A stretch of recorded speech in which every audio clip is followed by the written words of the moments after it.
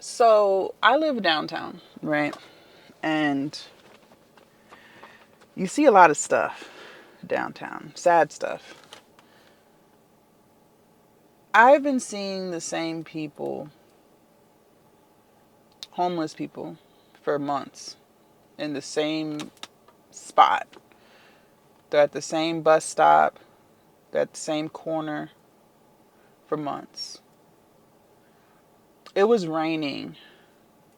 Well, actually, it's been raining every morning for like a week now. And when I leave my house, I have to be at the gym at 4, right? 4 o'clock in the morning. And so I'll see the same people laying at the bus stop. There's like a covering. And, you know, when you see stuff like that, it forces you to appreciate what you do have.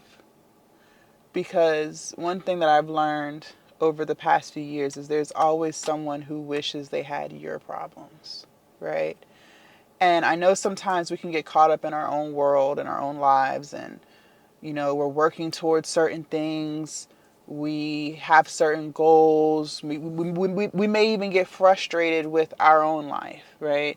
We may see our friends doing great things or other family members doing great things that we deep down want to, right? Maybe your friends just bought a house and you desperately want a house. Maybe your friends got married and you desperately want to get married too. Maybe your friend just launched her business and you want a business, whatever it is, right? And you may be down in the dumps. You might start to feel sorry for yourself. You may start to feel like life isn't fair. But let me tell you this, there's always somebody somewhere on this earth who wishes that they had your problems. And when I started to remind myself of that daily, I became more grateful for the things that I have. Yes, I want a business that brings in 100 million a year. I know that may sound crazy to some, but that is truly a dream of mine. Like, I want to create an agency for content creators. Like, I want a really big house that I pay cash for. I don't want any more debt. I'm done with credit cards, car notes, mortgages. I'm done with all that. Like, I want to cash flow my life. That is a goal of mine. Okay. And yes, sometimes when you're in your own world and you're in your own business and you're showing up every day, you get so hyper focused on, what you're trying to build. And you may even get frustrated. I get frustrated too when, I expect my business to be making a certain amount of money by now, but it's not. But when you see people who are living a worse off life than you, it truly humbles you back into reality. And it makes you realize how blessed you truly are. I used to work in a lab. This was the job that I quit during COVID, and I was there for 6 years, right? Now, we worked off site, meaning I worked for a hospital, but we didn't work in the hospital. Like, this hospital, it's a huge hospital, it's a medical hospital, like a teaching school, it's a medical school. And so, they have so many different satellite locations for patients and stuff like that. And every so often, I used to work in a transplant lab. So we would run tests for people who needed kidney transplants, heart transplants, liver transplants, pancreas transplants, bone marrow transplants, just to make sure that the donor was compatible with the recipient, right? And every so often, we would have to go to the actual hospital to pick up the blood specimens. Not always. Most of the time it was couried. But if it was like after hours or something, we would have to go to the hospital and get the stuff. And, sometimes the blood specimen didn't even make it to the lab that we would pick it up. We would actually have to go to the floor, like the heart floor of the hospital, and get the blood sample from the actual nurse who drew that patient's blood, right? I will never forget. It was like, I think it was kidney/liver floor.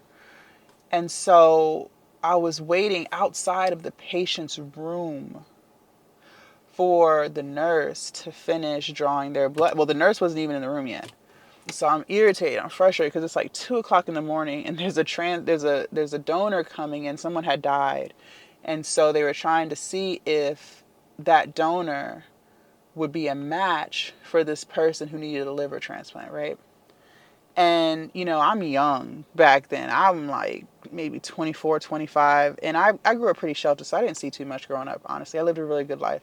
Um, Anyways, so I'm waiting for the nurse. I'm like, what the hell? It's like 2 o'clock in the morning. Like, she need to come on. I'm tired. Like, I'm ready to do this and go home.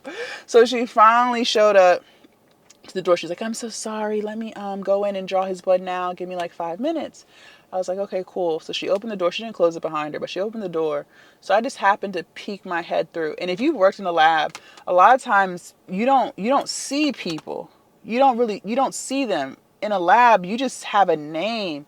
You just have a social security number. You just have a birthday. You don't actually see the person that you're running tests for. You're kind of disconnected from the person versus the information, right?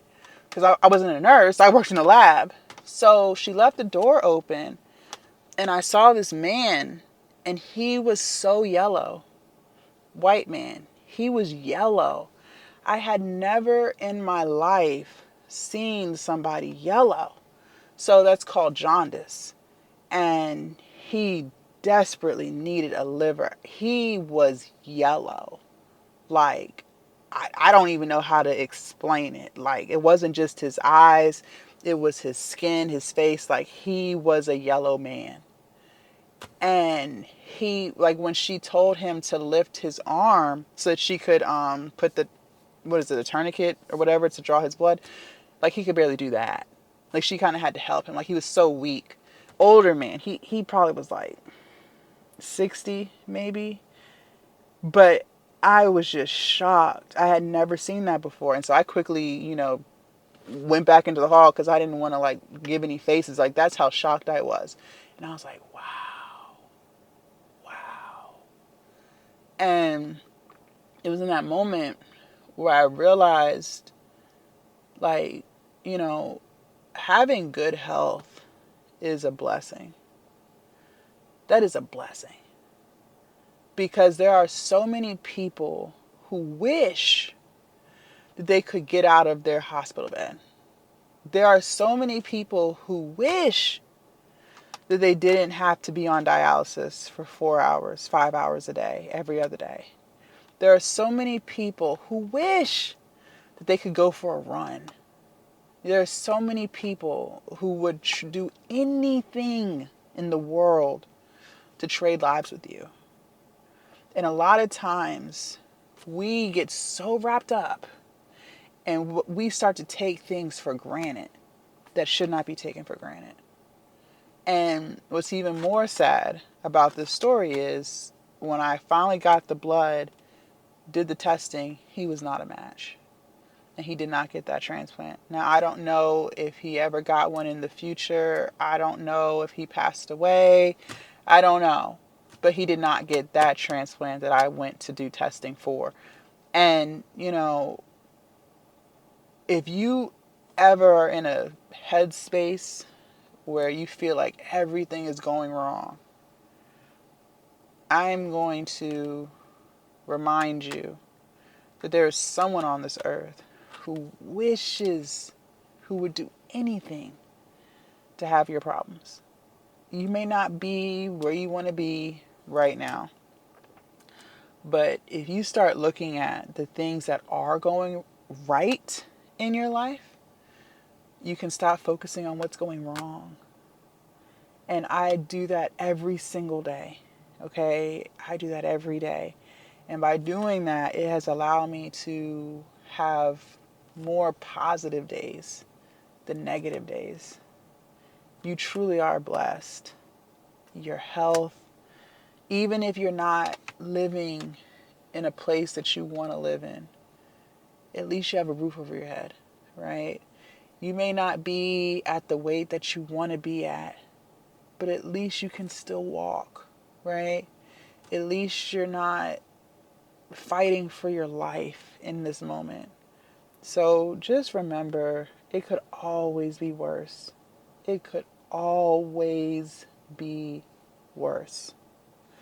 Leave a comment down below. Let me know your thoughts. I can't wait to read what you have to say.